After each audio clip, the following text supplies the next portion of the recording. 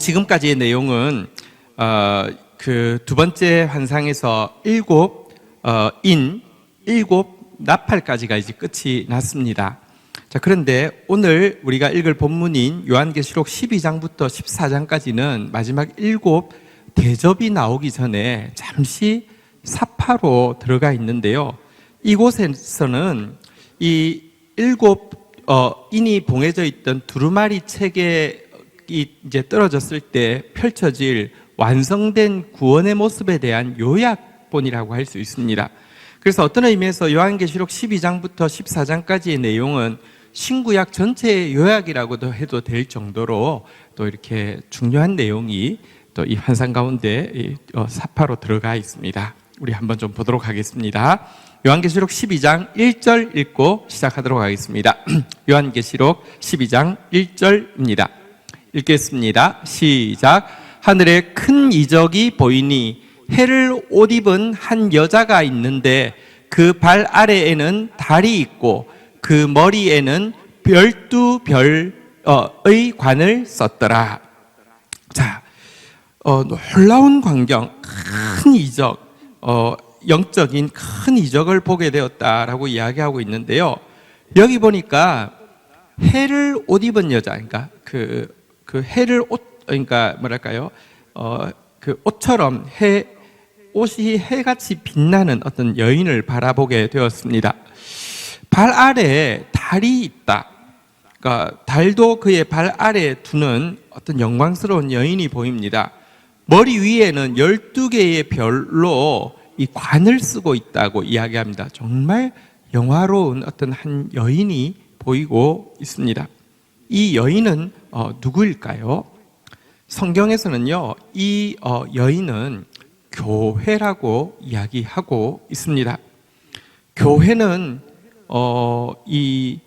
그 옷이 해처럼 빛나고 달과 별로 이렇게 영광을 받는 그런 존재다라고 성경이 이야기를 하고 있습니다. 사실 여기에 나온 해처럼 옷을 입고 달을 발 아래 두고 12별을 관처럼 쓰고 있다라는 묘사에 가장 어울리는 분은 사실 앞에서 보면 예수님을 묘사할 때 사용되어지는데요. 예수님의 그 영광을 동일하게 입고 있는 여인, 이 여인이 바로 예수 그리스도의 몸된 교회를 이야기하는 것입니다. 여러분, 머리와 몸은 분리할 수 없습니다.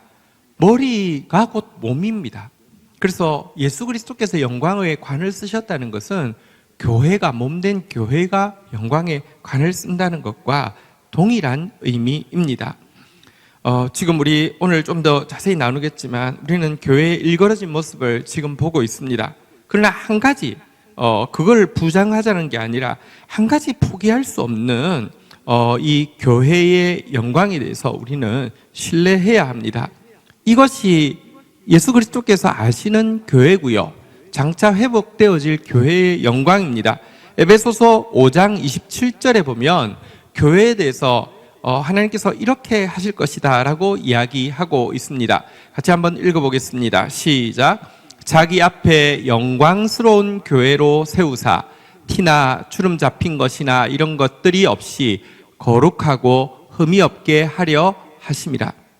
결국 예수님은요, 하나님은요, 이 교회를요, 당신 앞에서도, 하나님 앞에 딱 세워놔서도요, 한번 따라하겠습니다. 영광스러운 교회.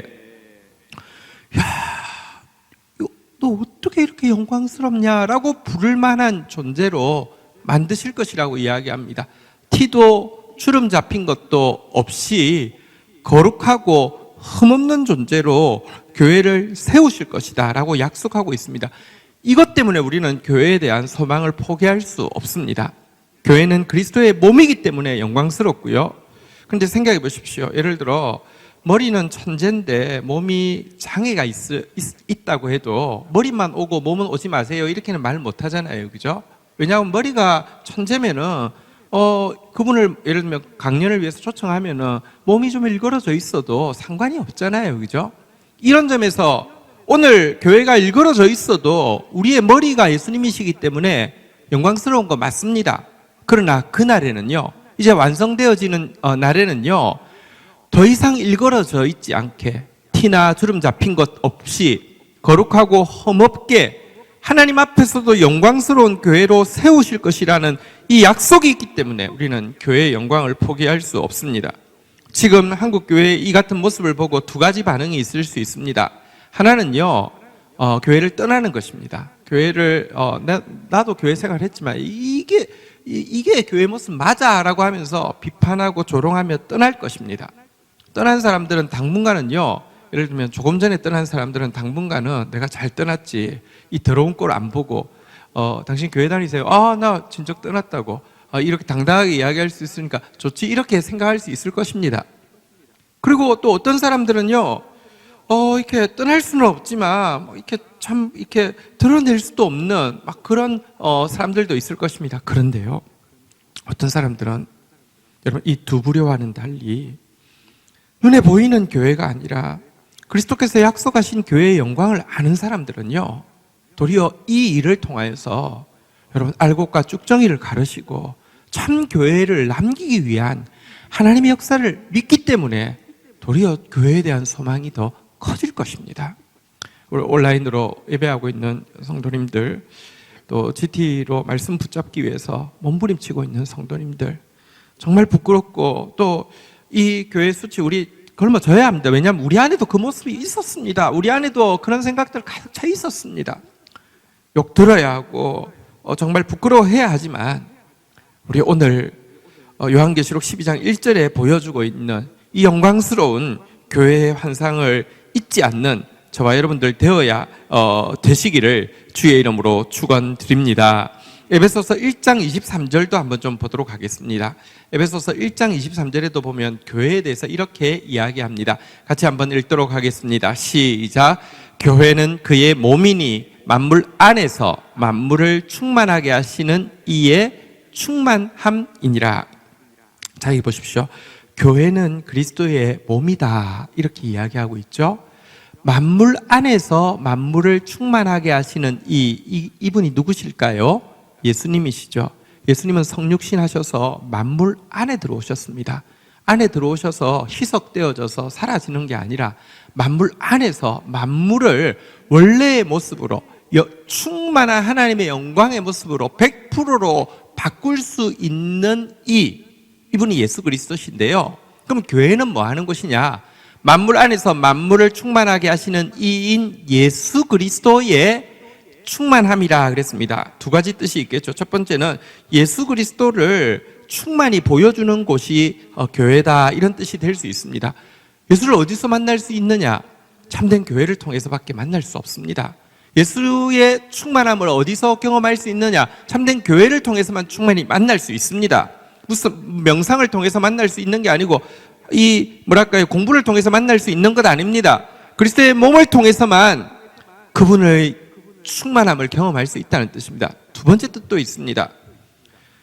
교회는 어떤 곳이냐? 만물 안에서 만물을 충만케 하시는 이 예수 그리스도를 충만하게 해드린다, 이런 뜻도 됩니다. 왜냐고 하면 머리와 몸은 구분할 수 없다고 했죠. 생각해 보십시오. 머리 없이 몸이 충만해질 수도 없지만 거꾸로 이야기하면 몸 없이 머리도 충만해질 수 없습니다. 예수님은 교회를 통하여서 충만해지신다는 의미입니다. 그래서 교회에는 사명이 있습니다.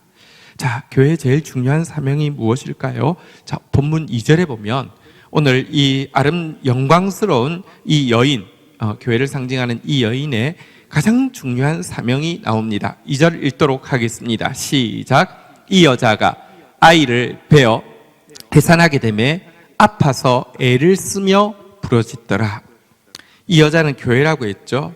교회의 제일 중요한 사명은 무엇이냐고 하면요, 해산하는 것입니다. 근데 교회가 해산해야 될 존재는 누굴까요?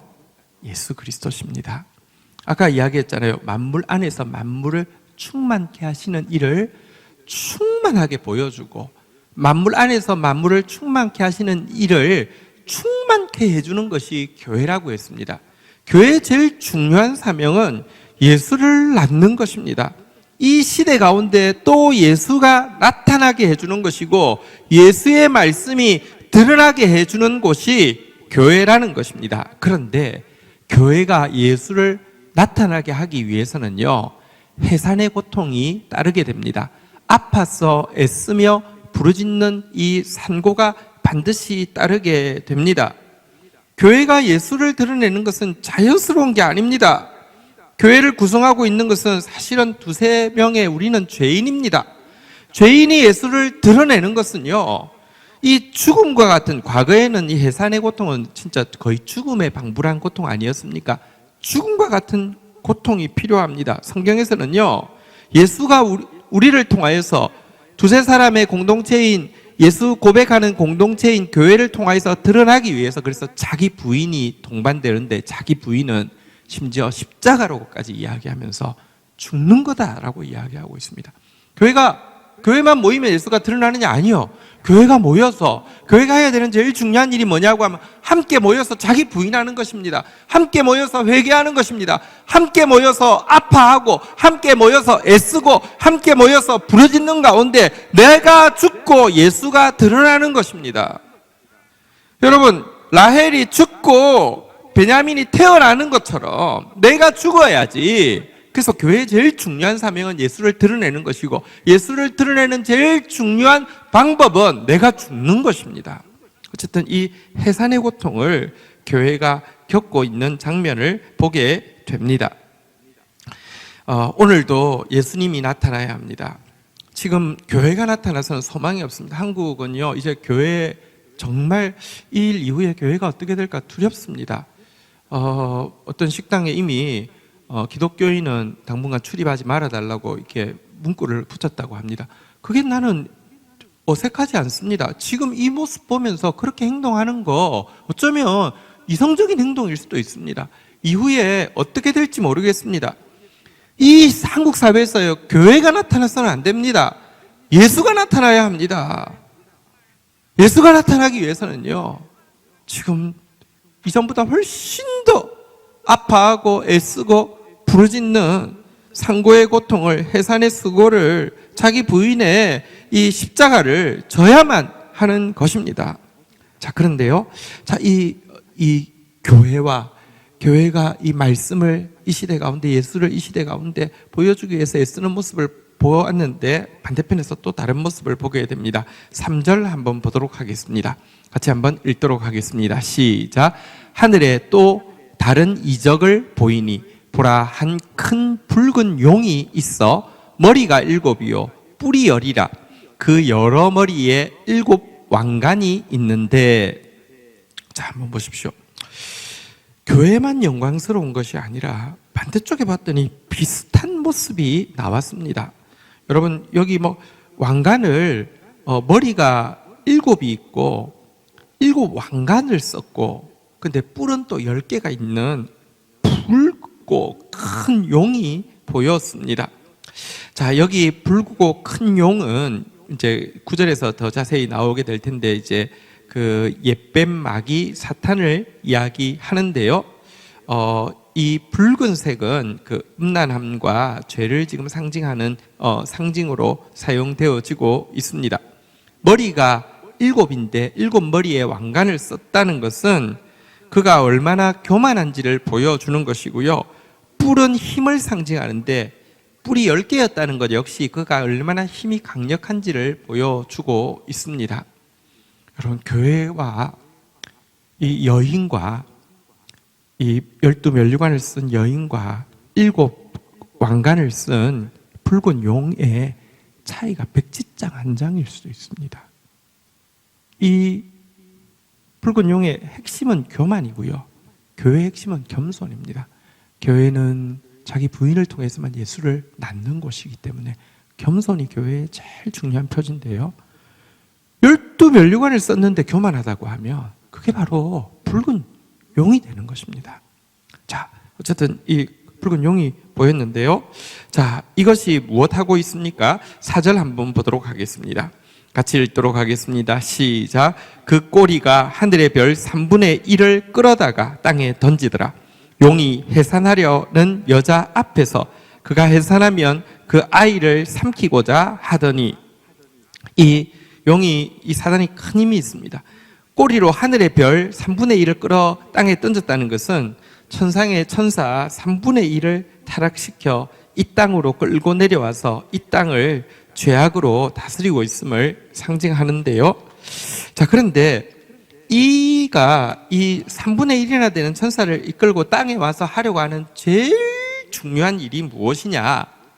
이 여인이, 교회가 예수를 해산하며 예수의 바른 말씀을 해산하며 바로 잡아먹으려고, 바로 삼켜버리려고, 바로 없애려고 하는 것이 사단이 지금 이 시대에 하고 있는 제일 중요한 일이다라고 지적하고 있는 것입니다. 사단이 하는 제일 중요한 일이 예수 말씀을 이 시대에 태어나지 못하게 하고 드러난 말씀을 삼켜버리려고 하는 것이 사단의 발악입니다. 여러분, 사단은 예수 없는 교회는 박해하지 않습니다. 말씀 없는 교회는 관심이 없습니다. 도리어 박해하지 않는 정도가 아니라 후견인이 되어준다니까요. 예수 없는 교회 뒤에서 엄청 밀어줍니다. 예수 말씀 없는 교회 막 그냥 퍼줍니다.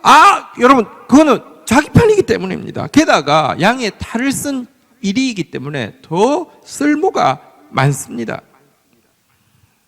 그런데 진짜 예수 복음, 진짜 예수 말씀이 드러나는 것은 이게 이 세상을 결국은 7 나팔이 불게 할 것이고 7 인이 떨어지게 할 것이고 결국 이 세상을 하나님 나라로 만들 것이라는 것을 알기 때문에 철저히 그냥 낳는 즉시 삼키려고 대적을 하고 있는 것입니다.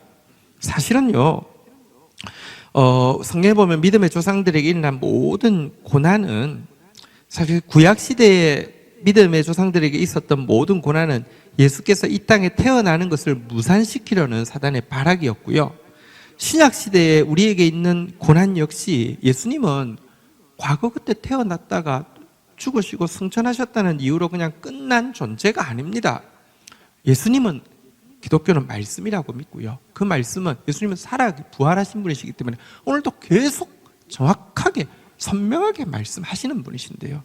이 말씀 나타나는 것을 사단은 어떻게든지 방해하려는 것입니다. 부흥 줄 테니까 말씀 빼자는 것입니다.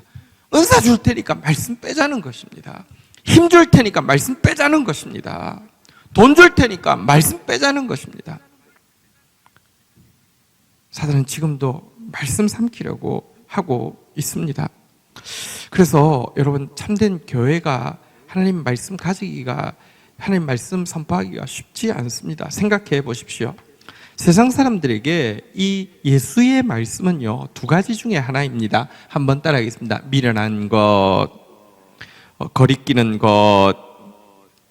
예수 말씀은요, 그런다고 뭐가 변해? 결국은 세상은 힘에 의해서 움직이는 거고 돈에 의해서 움직이는 건데, 이거 뭐 돈 대신에 이렇게 나누라고, 힘 대신에 섬기라고 거룩 웃기는 소리 하고 있는, 미련한 거예요. 대부분의 사람들에게는. 또 어떤 사람들에게는요, 종교적인 유대인들에게는 거리끼는 거예요. 유대인들은 하나님을 믿는데요, 하나님을 믿는데 승리의 하나님을 믿죠. 십자가의 하나님을 믿지 않습니다. 하나님의 이름으로 내가 확 쓸어버리고 하나님의 이름으로 내가 선민이기 때문에, 그래서 유대인들은 굉장히 교만합니다. 사람들이 다 도구로 생각하는 경우가 적지 않아 많습니다. 그런데 예수는 와서 유대인과 이방인의 차별이 없게 한다고 이야기하실 뿐만 아니라 복음을 받은 사람은 더 낮아지는 것이고 천국에서 더 크고자 하는 사람은 더 종이 되어야 된다고 이야기하니 이거 얼마나 거리낍니까? 복음 자체가 미련한 것이고 거리끼는 것이고, 기껏 그 복음을 낳아서 놓으면요, 사단이 어떻게든지 그거 삼켜버리려고 하기 때문에 바른 복음을 가지고 바른 복음을 전하는 것, 교회로서는 보통 도전이 아닙니다. 그래서 대부분이 실패하고 맙니다. 그런데요, 그럼에도 불구하고 이 여인은 어떻게 되었을까요? 참된 교회는 어떻게 되었을까요? 5절 한번 보도록 하겠습니다. 같이 한번 읽도록 하겠습니다. 읽겠습니다. 시작. 여자가 아들을 낳으니 이는 장차 철장으로 만국을 다스릴 남자라. 그 아이를 하나님 앞과 그 보좌 앞에 올려 가더라. 자, 교회가 아들을 낳았습니다. 교회가 예수를 이 세상 가운데 다시 보여주었습니다. 교회가 예수의 말씀을 가감없이 드러냈습니다. 교회는 이것만 하면 됩니다. 그랬더니 어떤 일이 일어납니까? 예수가 태어나고 예수가 드러나고 예수 말씀이 선포되어지자 예수님 어떤 분이십니까? 어린아이처럼 보이지만 장차 철몽둥이로 만국을 다스릴 남자라. 여러분, 홀이 보통 왕의 홀이 나무를 깎아서 만든다고 하는데요. 거기다가 이제 금칠을 하거나 이런 것인데요. 예수님은 철장을 가지셨다고 이야기합니다. 만국과 예수님의 싸움은요, 만국은 질그릇 만개라고 하면 예수님은 철몽둥이를 가졌습니다. 다 깨어집니다. 사정없이 깨어집니다. 아무것도 아닙니다. 근데요, 이 예수를 낳자 이 만국을 다스리실 예수님은 하나님 앞과 그 보좌 앞으로 올려가더라. 예수님은 죽음의 권세를 이기시고 승천하셔서 하나님 앞으로, 보좌 앞으로 승천하셨다. 이렇게 이야기하고 있습니다. 과거 예수님이 이 땅에 오신 것은, 그래서 믿음의 조상들이 예수를 낳았고, 그래서 예수님은 부활 승천하셨는데 그것만을 이야기하느냐? 그러면 요한계시록에 기록될 이유가 없잖아요. 그죠? 이것은요, 지금도 마찬가지입니다. 예수 그리스도의 말씀이 태어나게 되면요, 이 땅 가운데 드러나게 되면 여러분, 그 말씀은 절대로 땅에 떨어지지 아니하고 완전한 승리의 날을 위해서 이렇게 지금도 하나님 앞에 그 말씀은 하나도 땅에 떨어지지 않고 하나님 앞으로 올라간다는 뜻이고요. 또 예수의 말씀을 붙잡고 드린 기도는 하나도 땅에 떨어지지 않고 하나님 앞에 승천하여 상달되어져 있다라고 성경은 또 이야기하고 있는 것입니다. 지금 아무 일도 일어나고 있는 것 같지 않습니다. 그런데요, 우리가 바른 말씀 가지고 기도하고 있으면 그것은 다 하나님 앞에 상달되어져 있습니다. 우리의 싸움은요, 사실 대적과 우리가 말씀 가지고 싸우는 게 아닙니다. 우리의 싸움은요, 우리가 하나님 말씀 받아들이기 위해서 싸우는 것이고요. 그러고 나면 그 말씀이, 순전한 말씀이 우리에게 주어지면요, 그것이 하늘로 올라갔다가 하늘에서부터 땅으로 떨어질 것입니다. 어쨌든 교회가 예수를 바르게 낳기만 하면 그 예수님은 부활 승천하셔서 하늘에서 하나님의 뜻을 이루고 땅으로 내려오시기 위해서 준비하신다. 하늘에서 그 쏟아붓기 위해서 준비하신다. 이렇게 이야기하고 있습니다. 교회를 낳은, 이 예수님을 낳은 여인은 어떻게 될까요? 6절 한번 또 보도록 하겠습니다. 아이를 낳고 나서 이렇게 됩니다. 6절 같이 읽겠습니다. 시작. 그 여자가 광야로 도망하매 거기서 1260일 동안 그를 양육하기 위하여 하나님께서 예비하신 곳이 있더라. 자, 1260일은 앞에서 계속 나온 상징이죠. 1260일, 한때, 두때, 반때, 혹은 이제 그 3년, 이 6개월. 이것은요, 신약 시대의 교회 시대를 이제 상징하는 단어죠.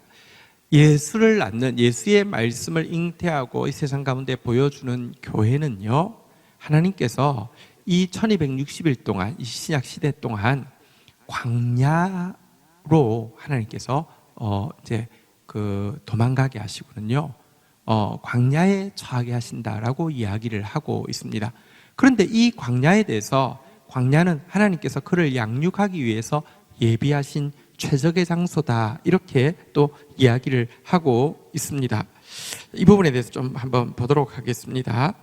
광야는 사실 굉장히 척박한 곳이죠.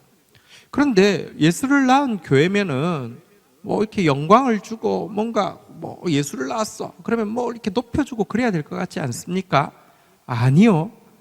하나님은 교회를 양육할 수 있는, 당신의 정말 영광스러운 원래의 모습으로 회복시키기 위해서, 훈련하기 위해서 예비한 최고의 장소로 광야를 선택하셨다라고 이야기하고 있습니다. 광야는 교회가 교회되게 하기 위한 최상의 훈련의 장소입니다. 광야는 사실은 말씀 외에는 아무것도 없는 척박한 곳이죠. 말씀 외에는 아무것도 일어나지 않습니다. 앞에서 말씀드렸지만 사단이 말씀 버린 교회에는요, 많은 것으로 도와주려고 합니다. 기적으로 도와줄 수도 있고요, 힘으로 도와줄 수도 있고요, 부흥으로도 도와줄 수 있습니다. 그러나 여러분, 이 광야에는요, 아무것도 존재하지 않습니다. 은사가 존재하는 것도 아니고 영광이 존재하는 것도 아닙니다. 그러나 이 광야는 말씀과 가장 가까운 곳입니다. 그래서 광야라는 단어와 말씀이라는 단어가 원어로는 같은 것임을 여러 번 말씀드렸죠. 미드바르라는 광야와 다바르라는 이 말씀은 같은 어원을 두고 있습니다. 광야야말로 교회가 말씀에 가장 가까워질 수 있는 것이고, 광야야말로 그래서 교회가 가장 하나님이 아시는 교회로 양육받을 수 있는 최적의 훈련 장소라고 이야기하는 것입니다. 우리 한번 좀 보도록 하겠습니다. 엘리야가 언제가 가장 영광스러울까요? 우리는 이렇게 생각합니다. 갈멜산 위에서 여러분 바알 아세라 선지자 850인과 싸우고 승리할 때 최고의 영광이 있다고 생각합니다. 그렇지 않습니다. 그때 최고의 영광이 아니었던 것을 어떻게 알 수 있습니까? 그 다음날 죽겠다고 이야기합니다. 차라리 날 죽여달라고 이야기합니다. 더 이상 살기 싫다고 이야기합니다. 승리가 우리를 완전하게 하지 않습니다. 자, 근데 그때 하나님께서 어떻게 인도하셨습니까? 열왕기상 19장 4절부터 보면 이렇게 하나님이 바로 이 죽겠다는 엘리야를요, 이렇게 인도하십니다. 한번 보도록 하겠습니다. 자기 자신은 광야로 들어가 하룻길쯤 가서 한 로뎀 나무 아래 앉아서 자기가 죽기를 원하여 이르되 여호와여 넉넉하오니 지금 내 생명을 거두옵소서. 나는 내 조상들보다 낫지 못하나이다 하고 5절 읽도록 하겠습니다. 같이 읽을까요? 시작. 로뎀 나무 아래에 누워 자더니 천사가 그를 어루만지며 그에게 이르되 일어나서 먹으라 하는지라. 여러분, 광야로 들어갔는데요, 지금 갈멜산의 영광이 최고의 영광이 아닙니다. 죽겠다고 하면서 광야로 들어갔는데요, 광야로 들어오니까 너 잘 들어왔어. 여기가 내가 너를 양육하기 위해서 예비한 최적의 장소인데 참 넌 주소 잘 찾네 하면서 광야로 들어온 그를 환영하면서 어루만져 주시고는 먹여주십니다. 6절 한번 볼까요? 본즉 머리맡에 숯불에 구운 떡과 물 한 병 물이 있더라. 이에 먹고 마시고 다시 누웠더니 7절 한번 보십시오. 여호와의 천사가 또 다시 와서 어루만지며 이르되 일어나서 먹으라. 내가 갈 길을 다 가지 못할까 하노라 하는지라. 어쨌든 양육을 해주십니다. 광야에서 지금 이 시간은 그냥 떡과 물 요거에 대해서는 풀지는 않겠고요. 어쨌든 여러분, 광야에서 그를 양육해 주십니다. 예비하신 것으로 양육해 주십니다. 양육해 주시고는요, 우리 8절 한번 보도록 하겠습니다. 8절 한번 볼까요? 같이 한번 읽도록 하겠습니다. 읽겠습니다. 시작.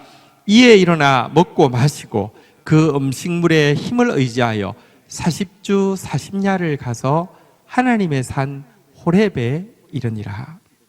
여러분, 그가 광야에 가서요, 하나님이 예비하신 것으로 양육받고 나서는요, 하나님의 산 호렙에 이르렀습니다. 호렙산은 잘 아시는 대로 신의 산이죠.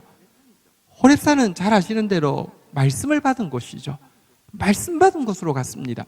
사실 엘리야 사역의 가장 영광스러운 장면은 이 갈멜산에서 승리하는 장면이 아니라요, 결국은 이겨내서, 여러분 한번 보십시오. 뭔가 승리하고 나면요, 왜 그 절망 좌절하고 죽겠다고 이야기한 줄 아십니까? 마음이 높아졌는데, 비행기 탔는데 현실이 안 바뀌었으니까, 비행기 타서 모든 사람들이 나를 좋아하는 것 같고 모든 게 다 이루어질 것 같은데, 전갈에 하나 왔는데 이세벨이 너 죽었어, 너 내일 죽일 거야. 현실이 안 바뀐 것 때문에 쿵 떨어진 겁니다. 비행기 안 탔으면 그렇게 안 떨어져요. 승리가 참으로 영광스럽게 해주지 않습니다. 그런데 하나님께서 예비하신 것으로 양육받고 나서는요, 하나님의 산 호렙에 이르렀습니다.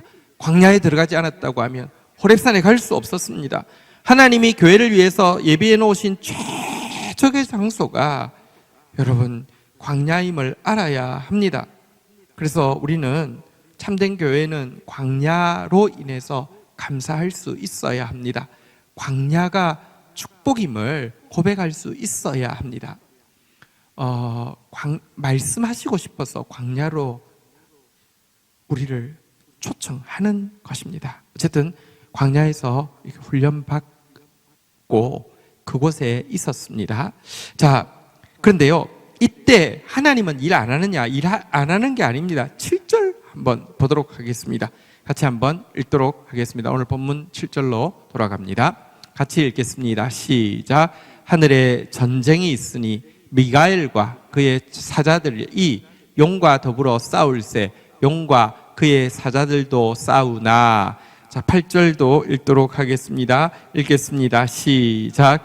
이기지 못하여 다시 하늘에서 그들이 있을 곳을 얻지 못한지라. 교회가 광야에서 양육받고 있는 동안에 하늘에서는 전쟁이 일어났습니다. 하늘에 미가엘과 그의 사자, 여러분 충성된 천사의 대명사인 미가엘과 또 신실한 그의 자리를 이탈하지 아니한 천사들, 충성된 천사들과 또 용과 교만한 용과 그의 자리를 이탈한 이 용의 사자들이 싸웠는데요, 이 전쟁에서 이 용과 그의 사자들이 이기지 못했다라고 이야기합니다. 이기지 못해서 하늘에서 있을 곳을 얻지 못하였다라고 이야기하고 있는데, 한번 생각해 보십시다. 천사, 이 미가엘 천사와 충성된 종들, 그들은 너무 겸손하여서 교만이란 말을 꺼낼 수도 없는 존재입니다. 그들과 교만하여서 큰 소리 외치는 이 루시퍼와 그의 종들이 싸우는데 누가 이길까요? 여러분, 미가엘이 질 것 같지 않습니까? 성경에 미가엘과 이 사단이 싸우는 장면이 한 군데 나와 있죠. 어디입니까? 모세의 시체를 두고 싸우는 장면이죠. 모세의 시체를 두고 싸우는데요, 미가엘을 향해서 사단은 이렇게 헌신한 종을 헌신짝처럼 내버릴 거냐고, 그 시체라도 찾아줘서 이스라엘 백성들이 위로를 받게 하고 그의 수고에 대해서 보상해줘야 마땅한 것이 아니냐고 하면서 막 대듭니다. 근데 여러분, 이렇게 하는 이유는 모세를 높이고자 함이 아닙니다. 실은요, 모세의 열매가 열매되지 못하게 함이죠. 하나님에게 눈 맞추지 않고 인간에게 눈 맞추는 순간 사람은 타락하기가 쉽습니다. 왜냐하면 인간은 얼마든지 서로 거래할 수 있고요, 서로 조종할 수 있으니까요, 서로 이렇게 주고받을 수 있으면 딜할 수 있으니까요. 그래서 모세의 열매가 열매되지 못하게 하기 위함입니다. 하나님은 그의 시체도 못 찾게 한 것은 그가 하늘의 영광을 빼앗기지 않게 하기 위함이죠. 어쨌든 이렇게 막 큰 소리 치자 미가엘이, 너 어디 감히, 너 몇 살이야? 너 저기 천국에 있을 때부터 너 내 아래였는데 너 지금 이제 반역했다고, 너 뭐 아래도 없다, 너 죽을래? 이렇게 하지 않았습니다. 여러분, 이 싸움에서 뭐라고 이야기하냐면 다만 하나님께서 너를 심판하시기를 원하노라 라고만 이야기하고는요, 이거는 내가 너 죽을래? 이때부터는 내 힘으로 이야기하는 거잖아요. 내 권세로 이야기하잖아요. 그죠? 미가엘은 아무것도 스스로 할 수 있는 것이 없었습니다. 다만 하나님께서 심판하시기를 원하노라 하고 더 이상 말하지 않은 것으로 성경에 나옵니다. 그런데 이런 미가엘과 말 잘하는 루시퍼가 싸우는데 이렇게 권위 앞에 벌벌 떨고 스스로 할 수 있는 것이 아무것도 없는 미가엘과 모든 것을 자기가 할 수 있는 것처럼 설치는 루시퍼가 싸우는데 누가 이길 것 같습니까? 객관적으로 치면요, 반드시 루시퍼가 이기게 되어 있습니다. 이기는 것처럼 보입니다. 아니, 다시 우리 증거를 가지고 보십시다. 여러분, 영적 전쟁은 하늘에서 이루어난다는 게 하늘에서만 있다는 게 아니라 지금 이 공중에서 계속 일어나고 있는데요, 과연 선한 천사가 이기는 것 같습니까? 악한 천사가 이기는 것 같습니까? 인류의 역사를 바라보면요, 지금도 이 땅에서 일어나고 있는 일들을 보면요, 미가엘과 그의 신실한 천사들은 백전백패 너무 착해서 계속 지는 것 같고요, 독한 놈, 더러운 놈, 악한 놈, 사단은요 계속 이기는 것 같지 않습니까? 객관적으로 교만한 사단을 천사들의 힘으로 이길 수 없습니다. 그런데 어떻게 이겼을까요? 이유가 있습니다. 우리 앞에 5절에 보면 이 교회가 예수를 낳았습니다. 예수의 말씀을 낳았습니다. 이 말씀을 우리는 믿고 이 말씀대로 주님 앞에 기도했고요. 이 기도는 상달되었습니다. 예수 그리스도도 사실은 이미 부활하여 승천하셔서 하늘에 계시죠. 철장의 권세를 가지신 그분이 하늘에 계시기 때문에, 그분 때문에 여러분 사단은 졌다는 것입니다. 사단은 쫓겨났다는 것입니다. 한번 생각해 보십시오. 일본이 이 아시아, 동아시아 뿐 아니라 동남아시아까지 다 이렇게 군대가 엄청나게 가 있었잖아요, 그죠? 그리고 그곳에서는 이기고 있었습니다. 그런데요, 일본은 패망했습니다. 왜냐하면 본토에 핵 2방이 빵 떨어져서 패망했습니다. 사실 그때 뭐 팩스가 있는 것도 아니고 또 막 이렇게 무슨 인터넷이 있는 것도 아니기 때문에 얼마간 여전히 전쟁에서 이기고 있는 것처럼 보였을 수 있습니다. 동남아시아 어느 밀림에서는 일본군이 이기고 있는 것처럼 보였을 수 있습니다. 근데 이미 게임 끝난 거잖아요. 본토에서 핵폭탄 떨어지면서 끝난 거잖아요. 천황이 그냥 무릎 꿇었잖아요, 그죠? 마찬가지입니다. 예수 그리스도로 말미암아 사단은요 머리가 깨어져 버린 것입니다.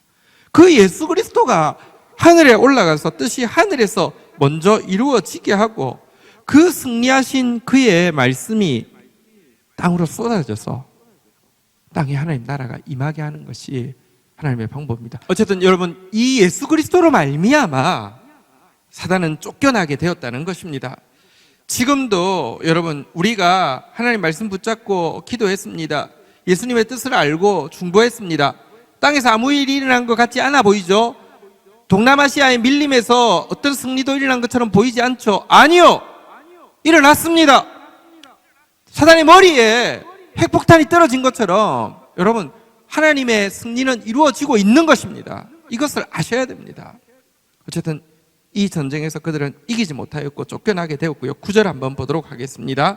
마지막 절입니다. 9절 읽겠습니다. 시작. 큰 용이 내쫓기니 옛뱀 곧 마귀라고도 하고 사탄이라고도 하며 온 천하를 깨는 자라. 그가 땅으로 내쫓기니 그의 사자들도 그와 함께 내쫓기니라. 자, 쫓겨난 이 사탄의 존재에 대해서 이렇게 소개하고 있습니다. 한번 따라하겠습니다. 큰 용, 옛뱀, 마귀, 사탄. 자, 이 온 천하를 꿰는 이 사탄에 대해서 4가지 이름으로 이야기를 하고 있는데요. 자, 이것은 사탄에 대해서 4가지나 이름을 이야기하고 있는 것은 사단이 얼마나 무서운 존재인지 알려줌으로 말미암아 두려워하게 하기 위함이 아니라 이미 머리가 깨어진 사단을 조롱하기 위함임을 먼저 알아야 됩니다. 게임 끝났습니다. 아무것도 아닙니다.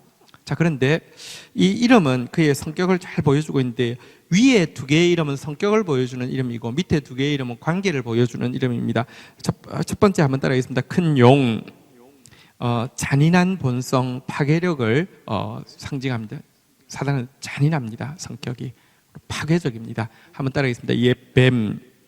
자, 큰 용과 옛뱀은 다르죠. 옛뱀은 뭡니까? 에덴 동산에서 아담과 하와를 유혹하던 뱀이죠. 이것은요 교활하고 거짓된 것을 이야기합니다. 한편으로는 잔인하고 파괴적이지만 어떤 때는요 교활하고 거짓되게 다가오는 것, 이것이 사단의 성격입니다. 2가지 이름 남았습니다. 관계적인 것인데요, 한번 따라하겠습니다. 마귀.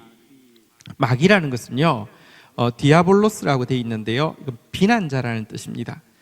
사람을 참소하고 비방하는 것이 사단의 굉장히 중요한 일입니다. 우리 안에 자꾸 참소하고요, 또 사람들을 참소하고 비방하는 것, 이것이 마귀가 하는 일이죠. 사람을 향한, 사람과의 관계에서 사람을 향한 일이고요. 마지막 이름은요, 잘 아는, 한번 따라하겠습니다. 사탄. 사탄이라는 것은 대적자라는 뜻이고요, 하나님을 대항하여 싸우는 존재라는 뜻입니다. 자, 그런데 그러면 뭐 합니까? 잔인하면 뭐 합니까? 교활하면 뭐 합니까? 성도를 참소하면 무엇 합니까? 하나님을 대적하면 무엇 합니까? 그는 쫓겨났습니다. 그는 머리가 깨어졌습니다. 그는 게임 끝났습니다. 왜? 예수 그리스도로. 왜? 교회가 예수를 낳기만 하면, 교회가 예수의 말씀을 드러내기만 하면 게임 끝납니다. 지금 현실의 스코어는요, 교회가 지금 사단에게 치고 있는 스코어는 여러분 지금 거의 1대 99처럼 보입니다. 정말 거의 다 진 것 같습니다. 상관없습니다. 참된 예수 그리스도가, 예수 그리스도의 말씀이 드러나고 그것 믿고 우리 그것 붙잡고 기도하면요, 그것이 성천하여서요, 그것이 철장의 권세가 되어서요, 그것이 사탄의 머리에 핵폭탄처럼 떨어져서요, 하나님의 교회는 승리할 것입니다. 하나님의 교회는 영광을 입을 것입니다. 12별을 달을 발 아래 두고 해와 같은 옷을 입고 예수 그리스도께서 하시는 일을 우리가 하고 그보다 더 큰 일을 하게 될 것입니다. 우리 이 소망 가지고 우리 주님 앞에 나아가서 기도하는 시간 가지도록 하겠습니다. 함께 이 말씀 붙잡고 기도하며 나가도록 하겠습니다.